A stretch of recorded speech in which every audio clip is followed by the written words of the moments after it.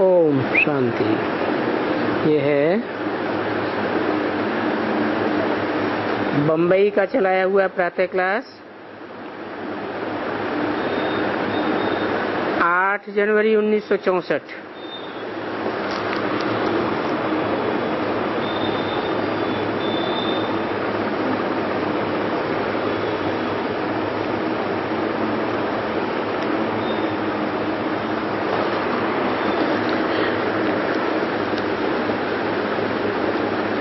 वहां भक्ति मार्ग में जिज्ञासु कहेंगे और यहाँ ज्ञान मार्ग में बच्चे कहेंगे।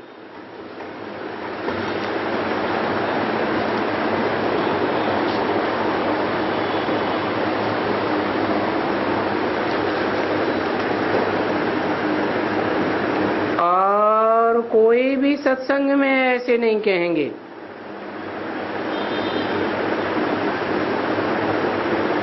कैसे?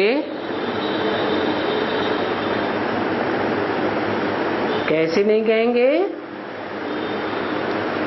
बच्चे बच्चे नहीं कहेंगे। यहाँ ज्ञान मार्ग में ही बच्चे कहते हैं। जो बैठ करके भाषण करने वाले होंगे या कुछ सुनाने वाले होंगे तो कहेंगे ये हमारे जिज्ञासु बैठे हैं,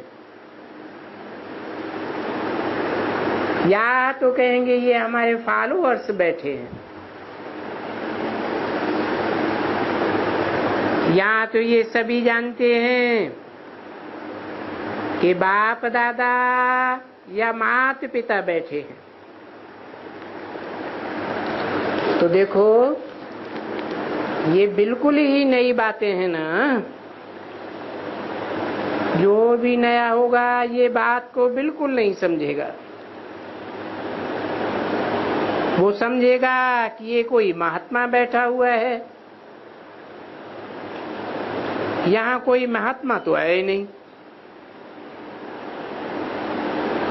यहाँ ये बच्चे जानते हैं,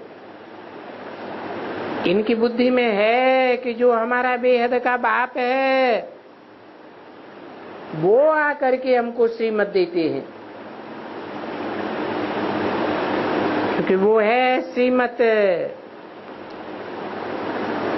उसको ही कहा जाता है श्रीमत, भगवान की श्रीमत।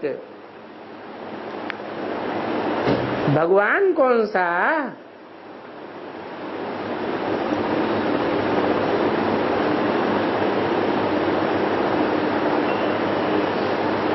कृष्ण तो नहीं है।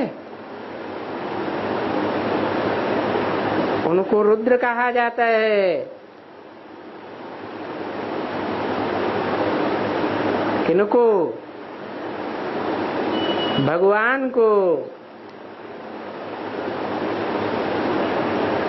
भक्ति मार्ग में दोनों अक्षर डाल दिए हैं तो मुझ गए हैं, क्योंकि रुद्र ज्ञान यज्ञ है, कृष्ण ज्ञान यज्ञ तो नहीं है ना। ये रुद्र ज्ञान यज्ञ है। जिस ज्ञान यज्ञ से, रुद्र यज्ञ से विनाश की ज्वाला प्रज्वलित होती है।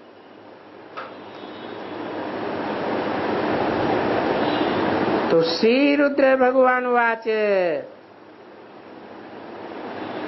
रुद्र भगवान वाच या शिव भगवान वाच, बात एक ही होती है।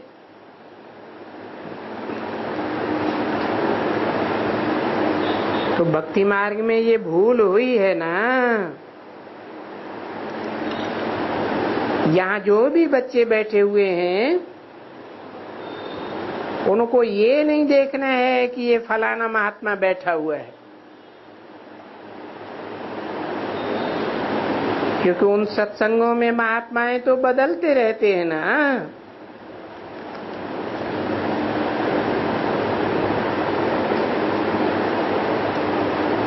कभी कोई आया, कभी कोई आया, कभी कोई आया।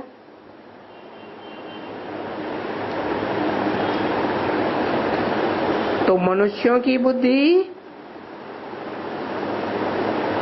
उन महात्माओं में रहती है। ये क्या समझाते हैं?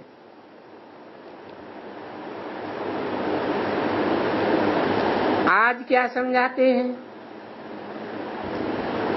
वो बोलेंगे आज गीता पर समझाते हैं, उपनिषद पर समझाते हैं, वेद पर समझाते हैं, भागवत रामायण फलाना ये सब होता रहता है। यहाँ तो तुम लोग समझते हो कि ये बातें बाप नहीं बताते हैं।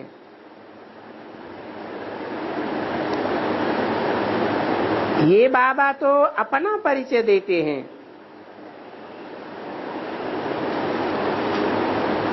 बाप का परिचय बेहद के बाप के सिवाय कोई दे ही नहीं सकता है। तो बाप आए तभी तो बच्चों को बाप का परिचय मिले। बाप नहीं तो बच्चों को बाप का परिचय कहां से आए? बाप या बाबा तो सभी कहते रहते हैं। कहते हैं ओ परम पिता परमात्मा रहम करो, मेहर करो। ओ पिता, अभी यहाँ बच्चे बैठे हुए हैं तो बिल्कुल एकदम नई बात है। यहाँ कोई जिज्ञासु या फॉलोअर्स की बात नहीं है और कृष्ण भी नहीं है। फिर कृष्ण भगवान की गौशाला भी नहीं है। अच्छा, कृष्ण भगवान होते तो भला उनको इतनी गाली वाली क्यों मिलती थी? कहते हैं कि चौथ का चंद्रमा देखा हुआ था तो उनको गाली मिली। अब ये भी तो बनाए दिया है ना। कृष्ण को गाली कभी देंगे? अरे ये इम्पॉसिबल है। जो सतयुग के कृष्ण को कोई कुछ भी कह सके या ऐसा गाली खाने का काम सतयुगी कृष्ण कर सके तो फिर ये सब बातें नॉनसेंस लिखी हुई है ना। बच्चे जानते हैं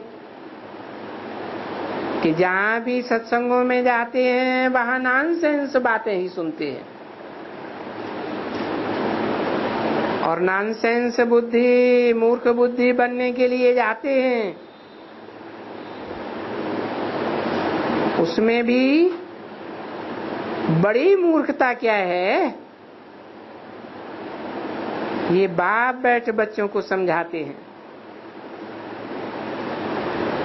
अच्छा,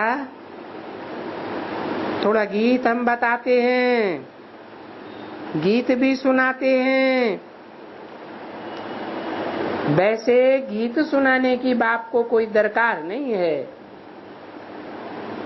वास्तव में बाप बच्चे पैदा करते हैं फिर उसको स्कूल में भेज देते हैं। बोलते हैं नहीं ये मेरे शकील बच्चे हैं,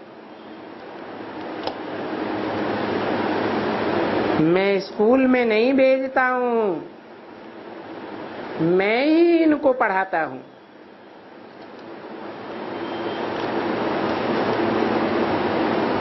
ये अफसरों के ऊपर पढ़ करके क्या जाकर पढ़ेंगे?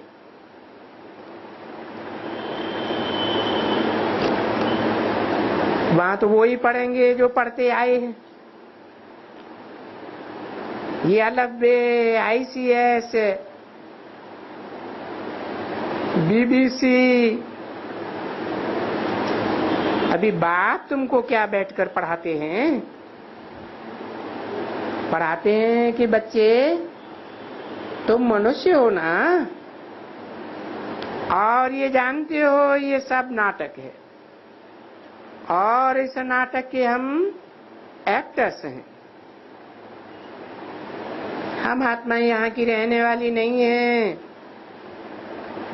ये शरीर यहाँ 5 तत्वों का बनता है। हम सभी आत्माएं तो परमधाम की रहने वाली हैं,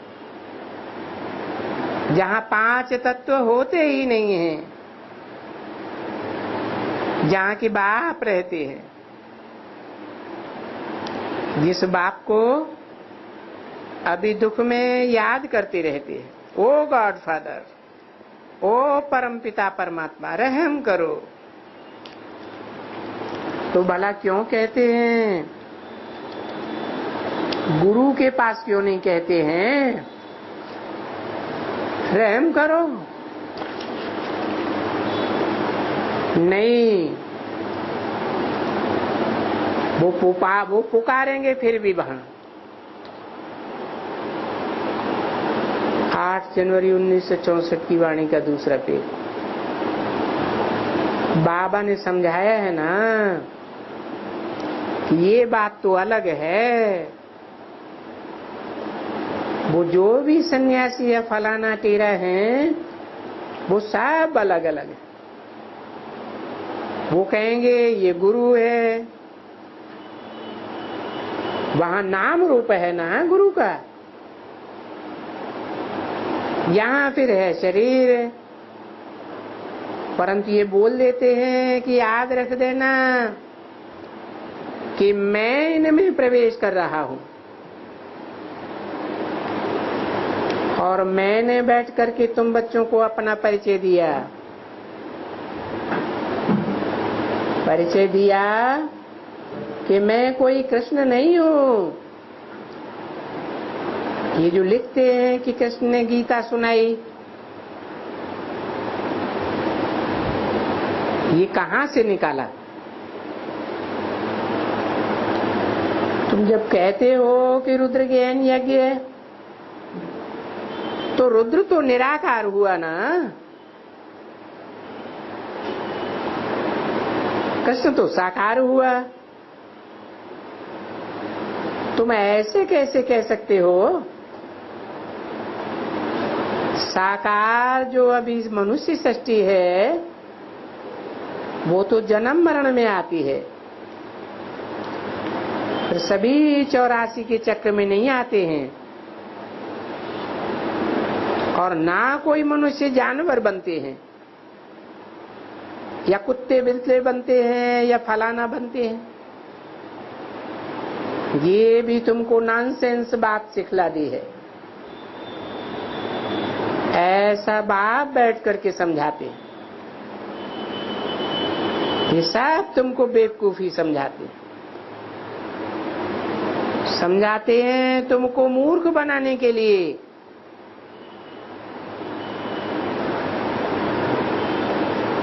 क्या मूर्ख बनाने के लिए समझाते हैं? कि मनुष्य आत्मा 84 लाख योनियों में भ्रमण करने के बाद मनुष्य जन्म लेती है। मूर्ख इसलिए कहा कि 84 लाख योनियों का हिसाब तो कोई बता ही नहीं सकेगा। कल्प की आयु इसलिए लंबी दे दी है। एकदम जिसको बोलते हैं ना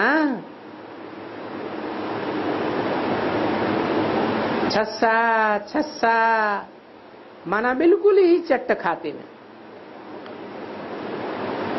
अब बाप बैठ करके समझाएंगे ना,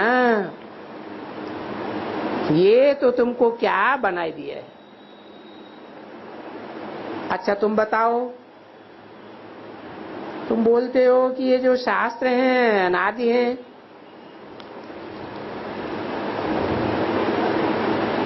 कब से अनादि है?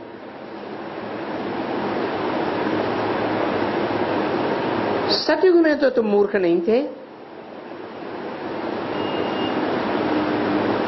उसका नाम ही है सत्ययुग। सतयुग में तो तुम्हारी महिमा है यथा राजा रानी तथा प्रजा।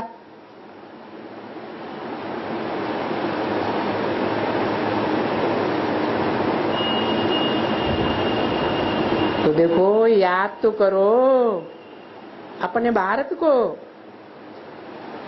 भारत में यथा राजा रानी तथा प्रजा थी।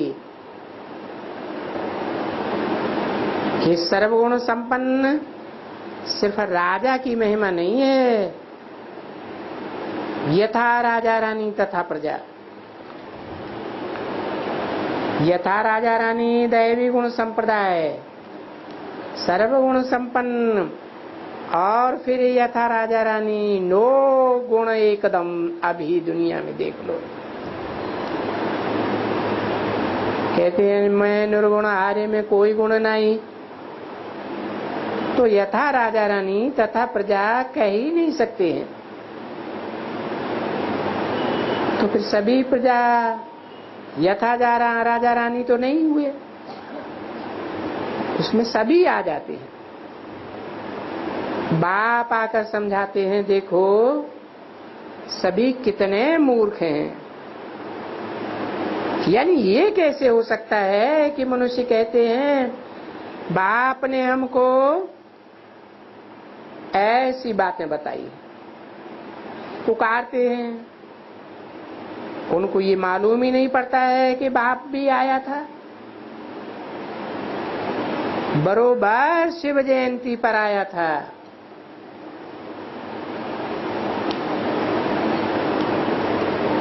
कब आया? ये तो कह देते हैं कि सतयुग को लाखों वर्ष हो गए, यानी बाप को लाखों वर्ष हुए होंगे जबकि आया होगा। देखो घोर अंधियारे में है बिल्कुल ही, तो बाप आकर के इस घोर अंधियारे से सोजरे में ले जाते हैं। इसको कहते हैं ज्ञान अंजन सतगुरु दिया ज्ञान अंधेर विनाश। अभी तुम बच्चे किसके सामने बैठे हो? कहते हैं तुम माता पिता, हम बालक तेरे। ये बात ठीक है ना? अभी तुम जानते हो, वहां नहीं तुम ये ख्याल से बैठेंगे, एक भी नहीं कोई सत्संग में बैठेंगे जिसके सामने कहें तुम माता पिता, हम बालक तेरे।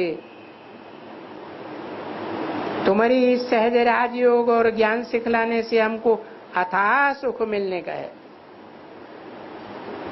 हमारी सभी मनोकामनाएं पूर्ण हो जाती हैं। अभी सभी मनोकामनाएं पूर्ण करने वाली होती है जगदम्बा, जिसको कामधेनु कहा जाता है। अच्छा, वो तो बैठती है झाड़ के नीचे, कल्प वृक्ष के पास बिठाते हैं, बोलते हैं ये सभी मनोकामनाएं पूर्ण करती है। परंतु ऐसे थोड़े ही है, जैसे जगदम्बा अभी पूर्ण करती है।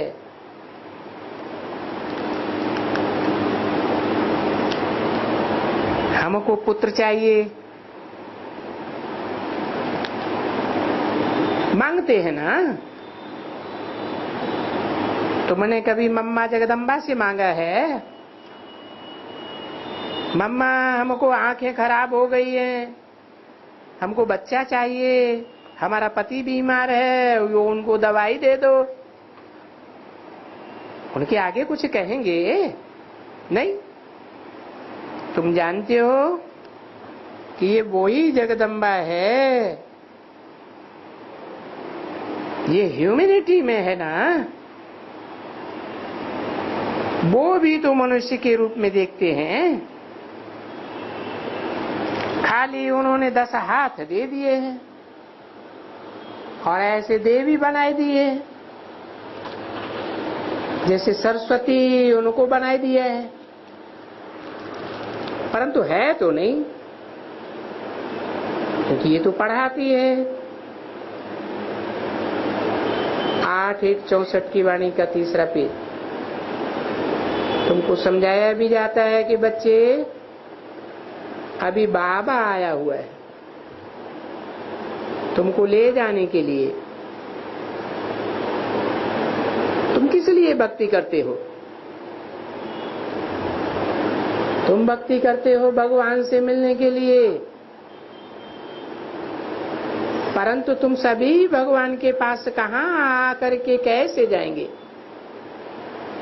जा ही नहीं सकते हो क्योंकि पतित हो। पतित तो कोई परमधाम में आ जा सकेंगे क्या? क्या पतित परमधाम से यहाँ पाठ बजाने आते हैं? वहां से तो पावन आते हैं, पीछे पतित होते हैं।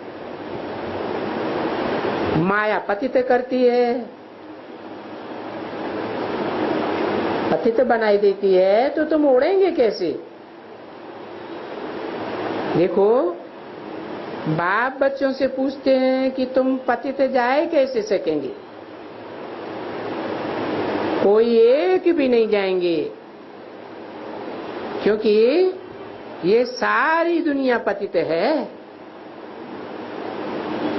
अरे गांधी भी खुद कहता था ना, जो एकदम बड़ा लीडर था, उसको भी अवतार मानते हैं, ऐसे ही कहा करता था। उनकी दिल भी ऐसे ही थी, क्योंकि गीता हाथ में थी ना। कहते थे पतित पावन सीताराम, फिर तो चला जाता था रघुपति राघव राजा रामचंद्र के ऊपर चला जाता।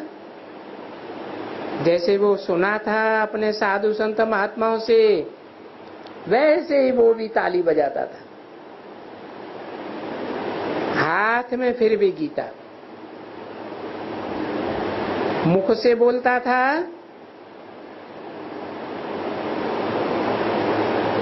पतित पावन सीताराम। भाषण लेक्चर गीता का करते थे, पिछाड़ी में वो भोग उल्टा लग जाता था। उन विचारों को ये भी तो मालूम नहीं कि गीता किसने गाई। उनकी बुद्धि में था श्री कृष्ण भगवान ने गीता सुनाई। फिर बोलते हैं कि परमात्मा सर्वव्यापी है, भगवान वाच यानी कृष्ण भगवान ने सुनाया। ये ऐसे कहते हैं मैं सर्वव्यापी हूं। अब बाप पूछते हैं, मैंने तो कभी आगे नहीं कहा था कि मैं सर्वव्यापी हूं। कौन कहते हैं? मैं सर्वव्यापी कैसे हो सकता हूं? किसने लिखा?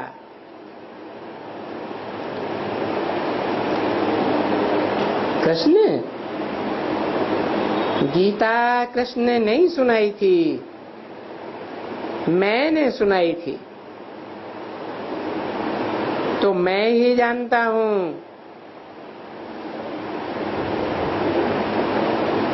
क्या? अभी प्रश्न पूछा ना? क्या प्रश्न पूछा? मैं सर्वव्यापी कैसे हो सकता हूं? भक्ति मार्ग में सर्वव्यापी मानते हैं ना, तो कहां की यादगार है?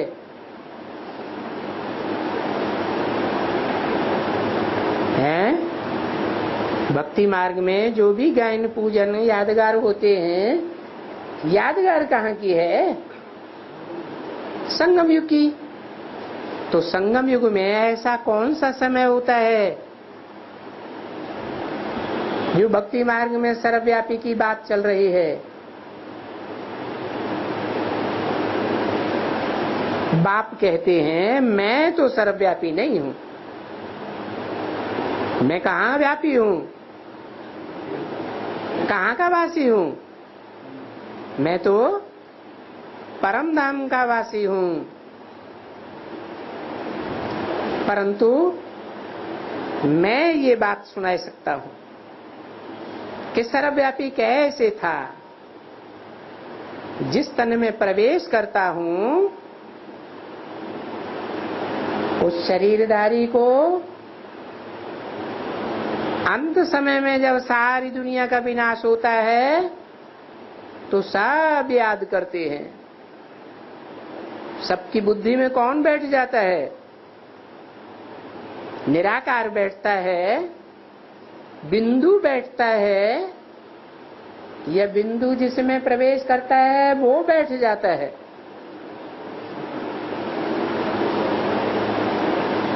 कौन सबकी बुद्धि में व्यापक हो जाता है?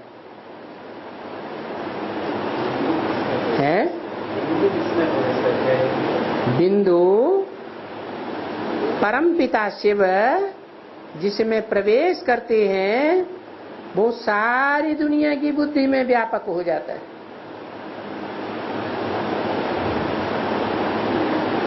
जो साकार में निराकार को याद करते हैं वो तो है ही श्रेष्ठ आत्मा।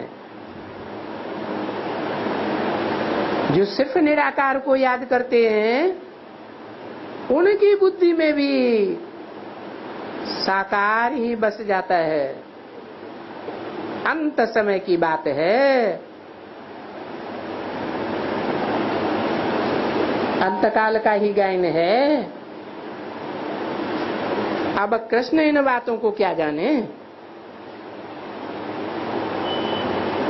तुम कृष्ण कैसे कह सकते हो गीता का भगवान?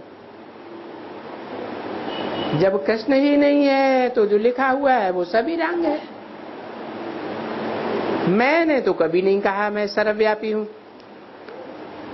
देखो मैं यहां तो कह रहा हूं ना भगवान सर्वव्यापी है, हैं?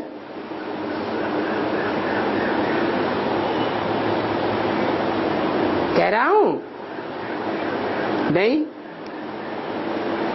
भला सर्वव्यापी से क्या फायदा होता है? हैं? क्या फायदा होता है? अरे सर्वव्यापी कहने से, सर्वव्यापी मानने से या सर्वव्यापी हो जाने से कोई फायदा होता है? बोलते रहते हैं सर्वव्यापी सर्वव्यापी सर्वव्यापी। फिर उनको क्यों याद करते हो? बाप को क्यों याद करते हो? परमपिता को क्यों याद करते हो? क्यों कहते हो हम सभी ब्रदर्स हैं, ब्रदरहुड हैं? ब्रदर्स हैं तो जरूर बाप होना चाहिए ना। ब्रदरहुड है क्या? तुम सर्वव्यापी हो तो कहो हम सभी फादर्स हैं। तो फिर फादर को कैसे फादर से वर्षा मिलेगा? ये तो हो भी नहीं सकता है। अरे बाप खुद पूछते हैं कहाँ लिखा हुआ है कि मैं सर्वव्यापी हूँ? गीता में। अब गीता किसने सुनाई? कृष्ण ने। ये तो झूठ। गीता तो मैंने गाई थी। मैं सहज राजयोग सुनाने के लिए फिर आया हूँ। ये कहता ही कौन है? मैं जब आया हूँ तब कहता हूँ। मैंने तो कभी कहा ही नहीं कि मैं सर्वव्यापी हूँ। मैं आया हुआ हूँ तुम बच्चों को फिर राजयोग सिखलाने। इसमें सर्वव्यापी की बात ही क्या है? सर्वव्यापी सर्वव्यापी करते करते तुम आकर के बिल्कुल ही पत्थर बुद्धि बन गए। सर्वव्यापी कहने से तुमने पत्थर में हमको ठोक दिया। तुमने सबसे जास्ती मेरी ग्लानि की है।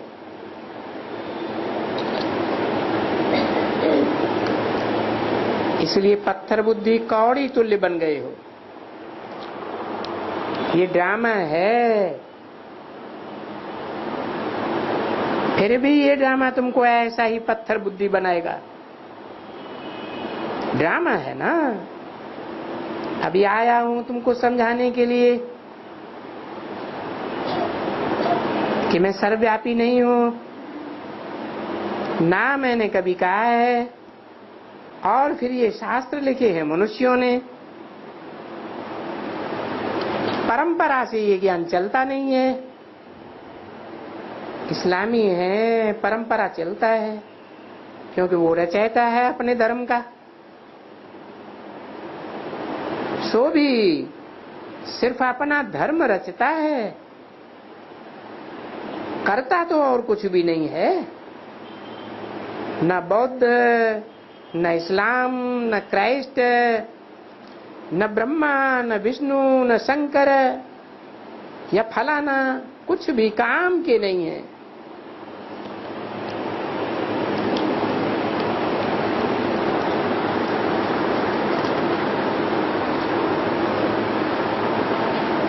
काम का फिर कौन है? ये सब भरतनाट्य पैनी है। किन किन का नाम लिया है? जिनकी एक कौड़ी की भी कीमत नहीं है। न इब्राहिम, न बुद्ध, न क्राइस्ट, न ब्रह्मा, न विष्णु, न शंकर, सब भरतनाट्य पैनी। जब तक बाप आकर के इनको पाउंड न बनाए। 8 जनवरी 1964 की वाणी का चौथा पेज। इनमें से कोई की भी महिमा नहीं है। लक्ष्मी नारायण की काहे की महिमा है? बाप पूछते हैं, अरे लक्ष्मी नारायण को लक्ष्मी नारायण किसने बनाया? बाबा ने बनाया ना। तो उन्होंने क्या किया? वो सब तो पतित थे। ऐसी बात कोई दूसरा थोड़ा ही बताएगा। कैसी बात है कि ब्रह्मा, विष्णु, शंकर, इब्राहिम, बुद्ध, क्राइस्ट, ये सब क्या थे? पतित थे। और लक्ष्मी नारायण तो मालिक थे। फिर माया ने उनको पतित बनाया। वो पतित है, अभी मेरे से ज्ञान ले रहे हैं। वो ही कृष्ण जिसके लिए कहते हो कि कृष्ण ने गीता सुनाई। अब सतयुग से कृष्ण तो आ भी नहीं सकते। कृष्ण की आत्मा 84 जन्म भोग कर इस समय में पतित तमो प्रधान बनी है। अभी सिर्फ कृष्ण की तो बात नहीं है। बाबा बोलते हैं सबकी आत्मा पतित है। जो भी इन पर्टिकुलर देवी देवता धर्म वाले थे, वो सब बैठ करके यहाँ अपना राजभाग ले रहे हैं। वो ही सत्यनारायण की सच्ची कथा सुन रहे हैं, जो तुम झूठी झूठी कथाएं सुनते आए थे, जिनमें कुछ सार नहीं था। कथाएं सुनते आए हो, सुनते आए हो, सुनते सुनते यहाँ तक कि इतनी आफताएं आकर के सिर पर पड़ी है एकदम। अभी तो मौत एकदम मुख खोल करके खड़ी है।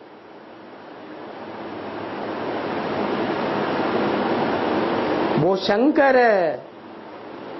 अपनी आंखें खोल करके ये सब खत्म करा ही देंगे। शंकर के लिए कहते हैं ना कि जब तीसरी आंख खोलते हैं तो सब खलास कर देते हैं।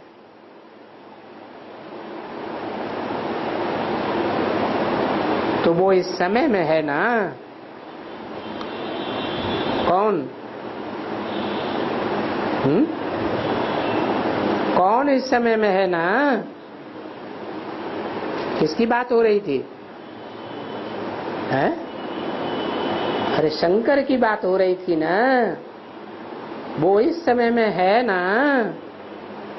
बरोबर है, तुम बच्चे जानते हो।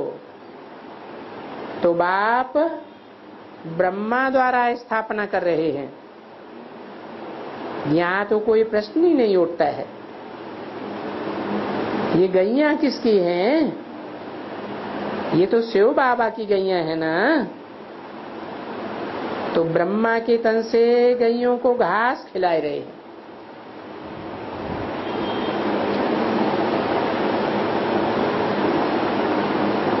कौन खिलाए रहे हैं? शिव खिलाए रहे हैं। न ब्रह्मा खिला रहे हैं, न कृष्ण खिला रहे हैं। शिव बाबा जो ज्ञान का सागर है, ये इनको ये ज्ञान दे रहे हैं। ये कोई घास वास नहीं है, कोई जानवर थोड़े ही हैं।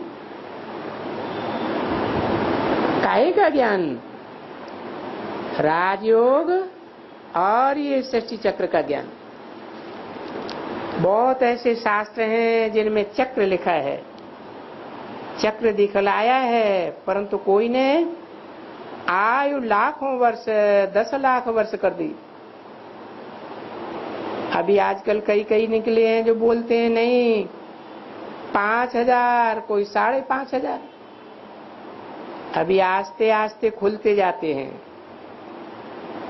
जिन्होंने थोड़ा लिखा है खोजते जाते हैं। हाँ, ये शास्त्र में तो बरोबर था। अभी बोलते रहेंगे, कहां न कहां से आवाज निकलती रहेगी। कोई आया हुआ है, ऐसा समय देखने में आता है।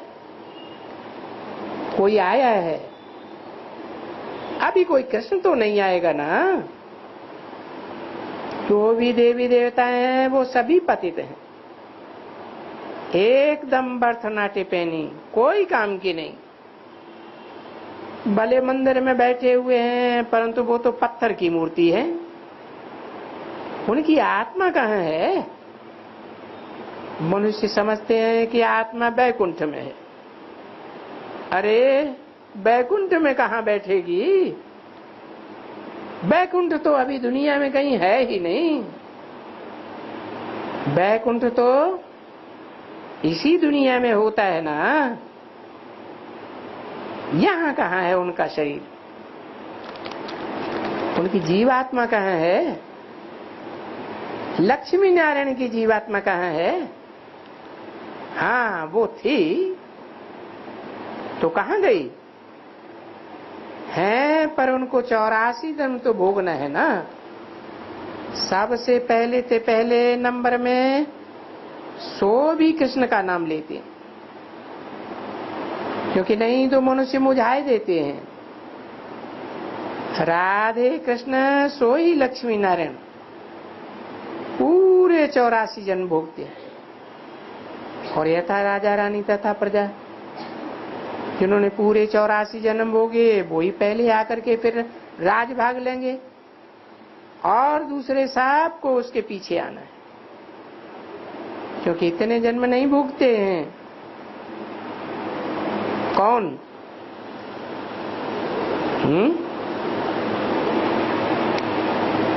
लक्ष्मी नारायण सबसे जास्ती जन्म भोगते हैं। उनके पीछे आने वाले इतने जन्म नहीं भोगते हैं। वो इस्लामी, बौद्धी, क्रिश्चियन जो भी मठ पंथ हैं, या सिख धर्म है, सन्यासियों का धर्म है, फलाना है, ये सब पीछे आते हैं। जो है फिर अपने अपने धर्म में आएंगे। तो बाप बैठ करके समझाते हैं, सभी आत्माएं वहां ऊपर में जाएंगी और सभी फिर वापस आ जाएंगी ना, क्योंकि फिर से पार्ट बजाने के लिए उनको नीचे आना है, पार्ट बजाना है। तो वहां भी सेक्शंस है ना, अपने अपने सेक्शंस के अनुसार आगे पीछे आते रहते हैं। 8:164 की वाणी का 5वां पेज। जैसे ये धर्म है ना इस्लामी, बौद्धिक, क्रिश्चियंस, तो ऐसे ये सूक्ष्म झाड़ ऊपर में भी है सभी परम धाम में, परंतु वो आत्माएं अपने अपने सेक्शंस में जाकर के रहेंगी और एकदम सीरियल में रहेंगी। उसी सीरियल से नंबरवार इस सृष्टि पर आती रहेंगी। पहले क्राइस्ट, फिर उनके सब जो भी हैं फॉलोअर्स, परंतु इतना चित्र में तो नहीं दिखला सकते हैं। इतने लाखों करोड़ों को थोड़े ही दिखला सकेंगे चित्र में। तो ये बुद्धि से काम लेना है कि क्राइस्ट की सेक्शन अपनी, उसमें जो भी क्राइस्ट धर्म वाले होंगे, सच्चे पक्के पक्के, वो दूसरे तो कन्वर्ट हो जाते हैं, वो फिर निकल आएंगे। जो जो असल वाले क्रिश्चियंस लोग हैं वो क्राइस्ट के सेक्शन में जाकर रहेंगे। तो नंबरवार सेक्शन से हैं। पहले पहले है शिव बाबा का सेक्शन। देखो बाबा समझाते हैं, पीछे है ब्रह्मा विष्णु शंकर,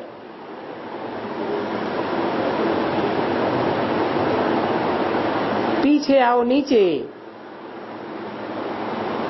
तो जगदम्बा का, तो वो नीचे में आ गई।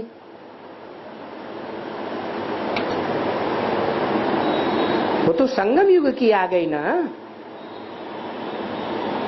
पीछे है संगम युग में, फिर ये जगदम्बा संगम युग की। अभी कोई शास्त्रों में तो लिखा नहीं है, कोई समझा भी नहीं सके कि जगदम्बा ऐसे भारत पर इस समय में थी। है कोई ऐसा दुनिया में? कभी कोई सुनाए नहीं सकते हैं, कभी नहीं। जगदम्बा का इतना बड़ा मेला लगता है, लक्ष्मी का कोई मेला थोड़ा ही लगता है।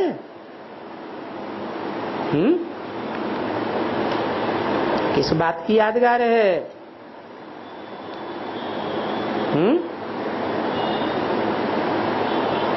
जगदम्बा का बड़ा मेला लगता है और लक्ष्मी का मेला नहीं लगता है। जब आती है दीपमाला तो लक्ष्मी का मेला नहीं लगता है। तो मेला किस बात की यादगार है? हैं? जरूर संगम युग में ही जगदम्बा ने मिलन मेला बाप से मनाया है। वो लक्ष्मी की यादगार नहीं है। वो तो घर में बैठ करके सफाई कर देते हैं, क्योंकि जगदम्बा जो लक्ष्मी बननी है उनके लिए फिर सफाई चाहिए, कचड़पट्टी नहीं चाहिए।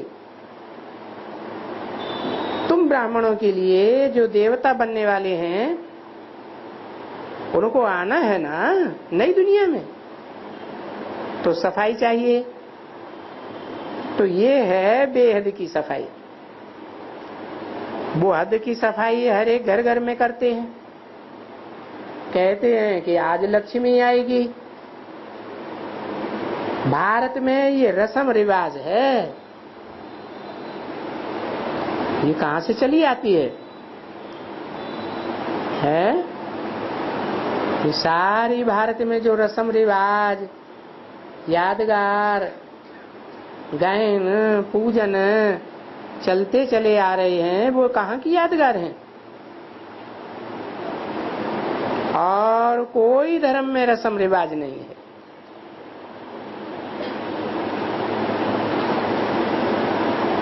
सब अपने घर में लक्ष्मी दीपकों को सजाएंगे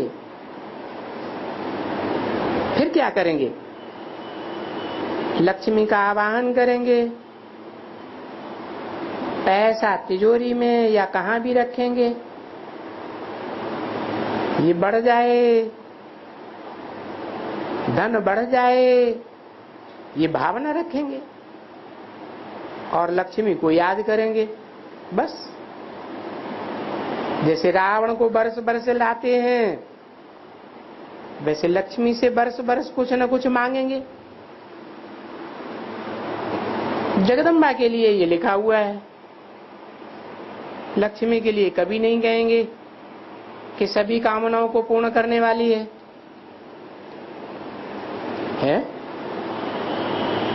क्यों?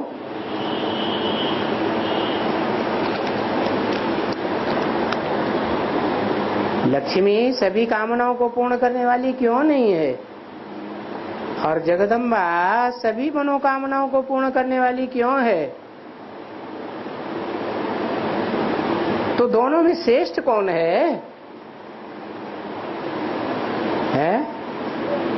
जो सभी मनोकामनाएं पूरी करती है जगदम्बा, वो श्रेष्ठ है, या सिर्फ एक मनोकामना धन की पूरी करती है वो लक्ष्मी श्रेष्ठ है? कौन? लक्ष्मी सिर्फ एक मनोकामना पूरी करती है, इसलिए श्रेष्ठ है। क्यों? क्योंकि वो एक मनोकामना वो पूरी करती है जिस मनोकामना को पूरी करने के लिए भगवान बाप आते हैं, और दुनिया की मनोकामनाएं पूरी करने के लिए भगवान बाप नहीं आते हैं।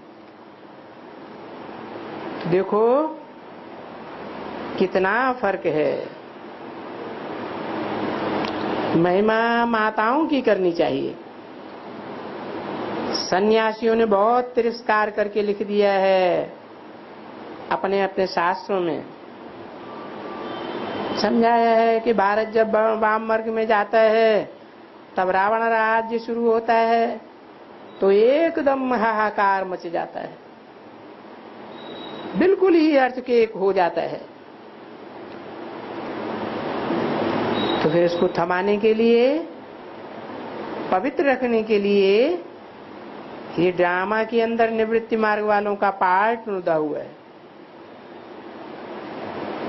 इसको कहा जाता है रजोगुणी सन्यास। रजोगुण में ही आते हैं, रजोगुणी हैं, और निवृत्ति मार्ग का सन्यास है। ये सन्यास मार्ग शंकराचार्य का प्रवृत्ति मार्ग वाला नहीं है कि तुम्हारा बेहद का सन्यास है प्रवृत्ति मार्ग का। बाप आकर के स्त्री और पुरुष दोनों को हथियाला बांधते हैं, भगाते नहीं है। इन लोगों के जो शुरुआत में आए हैं ना, बच्चियां आई हैं, परंतु उन लोगों को समझाना चाहिए कि लिखा हुआ है कि बरोबर कृष्ण ने यानी गीता के भगवान ने फलानी फलानी भगाई, उनका अर्थ भी तो समझाना चाहिए ना।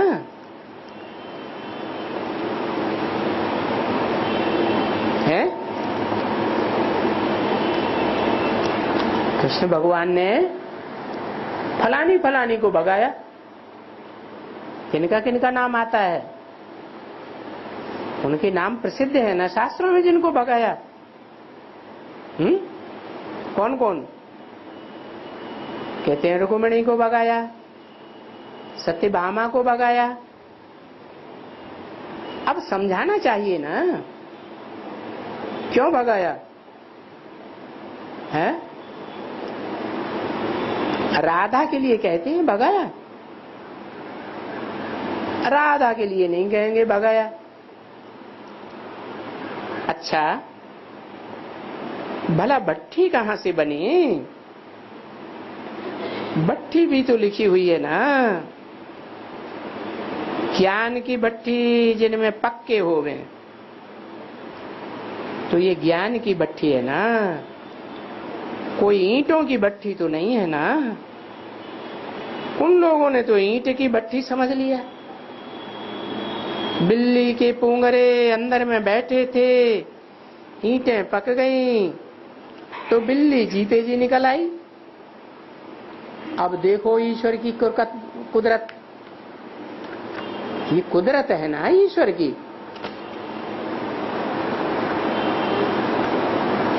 ऐसे समझते हैं। 8:1:64 की वाणी का छठा पेज। यहां बाबा की कोई कुदरत वुदरत नहीं है। बाबा तो कहते हैं, oh my dear children, I am your most obedient servant. मैं आता हूं तुम बच्चों को ऊंच ले जाने के लिए, ऊंच बनाने के लिए। मैं आता ही हूं साधारण रूप में, तो मेरे को कोई विरला जान सकते हैं। अगर कृष्ण होता तो बात मत पूछो। अगर कृष्ण है ऐसा कहते हैं तो कौन है भला? अब ये बात कोई बतावे, किसने कहा कभी? किसने सुनाई? कृष्ण तो इम्पॉसिबल है कि कृष्ण कोई पतित दुनिया में आया या द्वापर में आया। अच्छा, द्वापर में आया तो क्या द्वापर में महाभारत की लड़ाई लगी और द्वापर में एक धर्म की स्थापना हुई क्या, कि अनेक धर्म हो गए? नाम ही है द्वापर, द्वैतवादी युग है ना। अच्छा,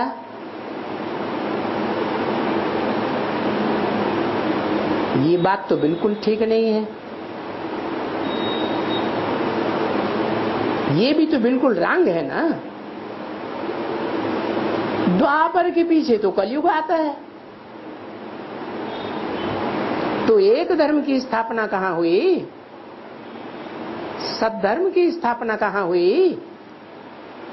कलयुग में तो और ही अनेक धर्म आ जाते हैं, और ही पतित दुनिया आती है। द्वापर के पीछे तो महाभारत की लड़ाई हो ही नहीं सकती है, क्योंकि महाभारत की लड़ाई से स्वर्ग के दरवाजे खुलते हैं, क्योंकि ये गीता से ताल्लुक रखती है। गीता है आदि सनातन देवी देवता धर्म का शास्त्र, तो जरूर आदि सनातन देवी देवता धर्म कल्प के संगम पर है, सो भी कलयुग और सतयुग के संगम पर। तो संगम युग द्वापर में कहां से आया? भगवान द्वापर में कैसे आया? कितनी भूल है, अति की भूलें हैं यहाँ। नहीं तो पूछना नहीं चाहिए कि किसने कहा सर्वव्यापी, कहां लिखा हुआ है? कहेंगे भाई गीता में है। किसने कहा? कृष्ण ने। झूठ बोलते हो, कृष्ण ने कहा ही नहीं है। भगवान वाच, मैंने तो कहा नहीं। मैं अभी भी कहता हूं सर्वव्यापी जो कहते हैं वो नंबर 1 डैम फूल है। देखो, जब सर्वव्यापी कहते हो तो फिर ओ गॉड फादर ये किसको कहते हो? या फादर तो है ना। ये स्वर्ग कौन स्थापन करेगा? हेवनली गॉड फादर, नाम ही है हेवनली गॉड फादर। ये इंग्लिश लोग तो फिर भी अक्षराक्षय देते हैं, हेवन स्थापन करने वाला हेवनली गॉड फादर। तो जरूर गॉड फादर ये हेवन स्थापन करेगा। तो जरूर फादर ही इनहेरिटेंस सौगात देगा ना। कब देंगे? जरूर संगम युग पर, जब कलयुग अंत सतयुग की आदि होगी। अब गीता द्वापर में तो पढ़ नहीं सकते हैं। कौन कहते हैं मैं द्वापर में आया था? द्वापर में कैसे आऊंगा? द्वापर में आकर के सारी दुनिया को पावन कैसे बनाऊंगा? सारी दुनिया में तो अनेक धर्म होते हैं, अति के मत मतांतर हो जाते हैं।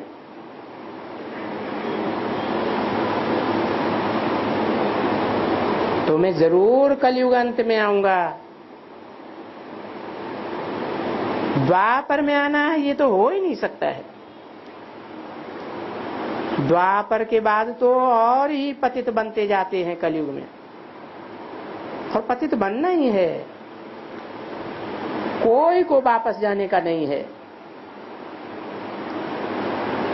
कायदा है कि जब ड्रामा पूरा होता है तो सब एक्टर्स सरसों के माँ पे पिस जाने वाले हैं, क्योंकि ये बहुत है ना, एकदम बहुत, ये सब खत्म हो जाने वाले। मौत की चक्की फिरती है, बिल्कुल त्राही त्राही होती है। तो यहाँ कौन किसके लिए रोएगा? हिरोशिमा में बम का एक्सीडेंट हुआ, कितने किसके लिए रोए? कोई रोए क्या?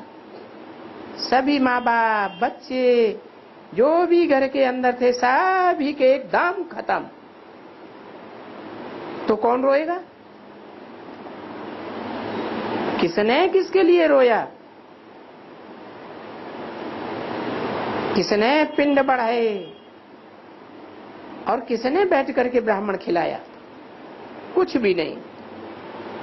अच्छा, ये बात छोड़ो। बाबा आते हैं थोड़ा ब्राह्मणों के ऊपर समझाने के लिए, पितर खिलाते हैं। पति मरा, आह्वान किया, ब्राह्मण को भोजन भेजा और ब्राह्मण आया। आगे तो पितर आते थे। जिन्होंने ज्ञानेश्वरी गीता पढ़ी होगी उनको मालूम होगा, इनमें इन पितरों का बहुत लिखा है। वो आकर के बोलते हैं। बहुत तीर्थों पर पितर बुलवाए जाते।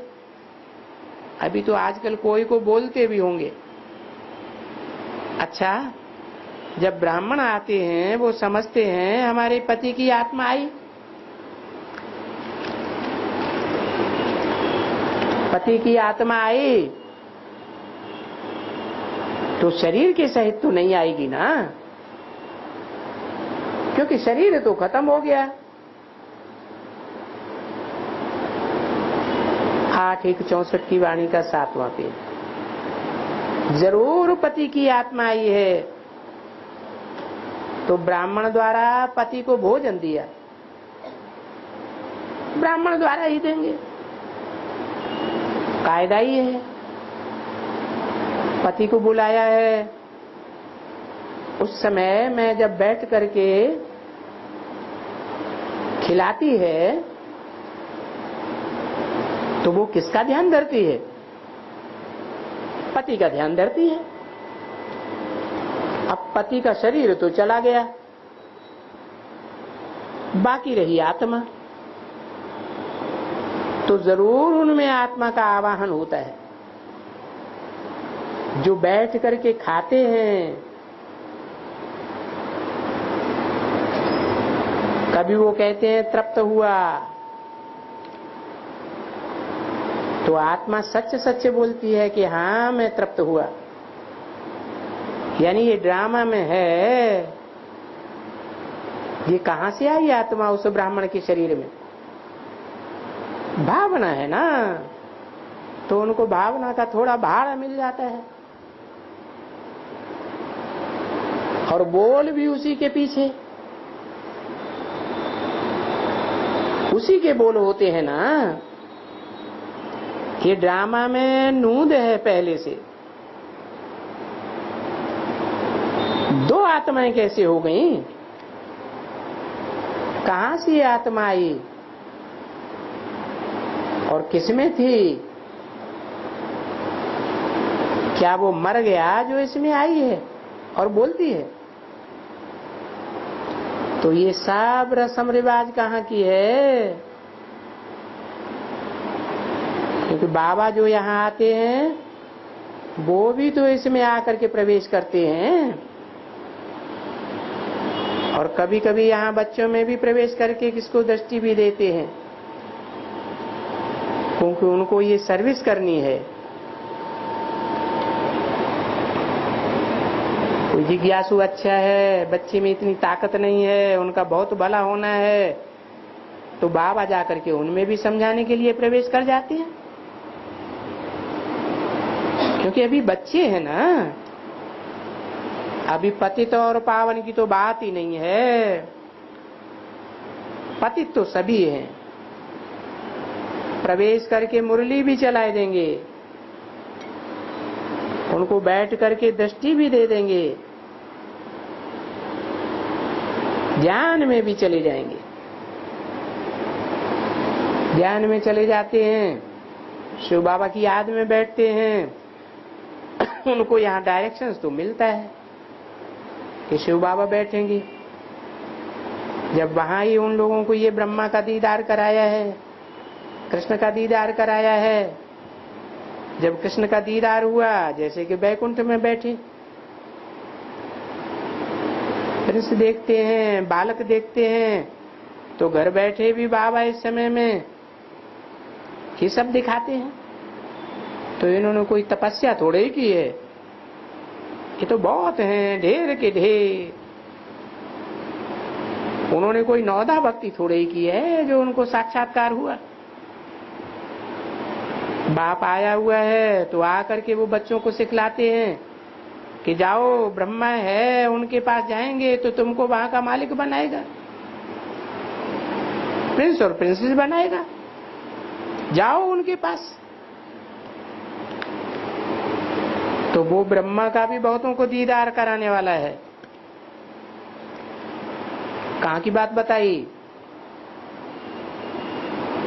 अभी भी ब्रह्मा कुमारियां साक्षात्कार में जाती है ना, तो ब्रह्मा का सूक्ष्म वतन में दीदार करती है ना, तो इनको थोड़ा ही मालूम पड़ता है। बाबा कहते हैं कि ये सब काम मैं कराता रहता हूं, बहुतों को, ढेरों को साक्षात्कार कराता रहता हूं, तो मैं आता हूं, मैं कोई कृष्ण थोड़े ही हूं।